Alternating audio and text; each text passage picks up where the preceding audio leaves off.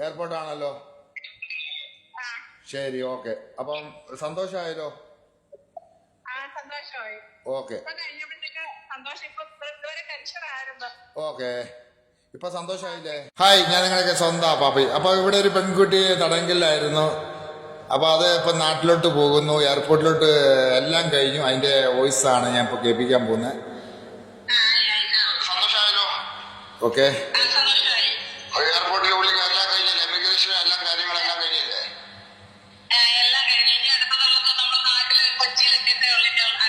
അത് കുഴപ്പമില്ല. അവിടുത്തെ എല്ലാം ഓക്കെ ആയില്ലേ? ഓക്കെ. അപ്പൊ ഇനി ഇങ്ങനത്തെ ചതിയിലൊന്നും പോയി പെടാതെ നിൽക്കുക. ഓക്കെ,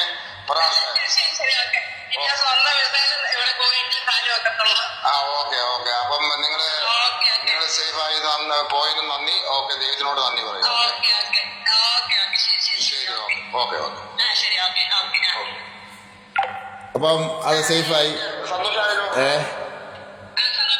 അപ്പൊ അങ്ങനെ നമ്മളെ കൊണ്ട് ചെയ്യാൻ പറ്റുന്ന നമ്മൾ ചെയ്തു. പിന്നെ ഒത്തിരി സഹോദരന്മാരും വീഡിയോ കണ്ടിട്ട് എന്നെ സഹായിക്കാമെന്ന് പറഞ്ഞിട്ടുണ്ട്. കാര്യം വെച്ചാൽ ഞാൻ മുടക്കിയ അവർക്കും വളരെ വളരെ നന്ദിയുണ്ട്. ഓക്കെ,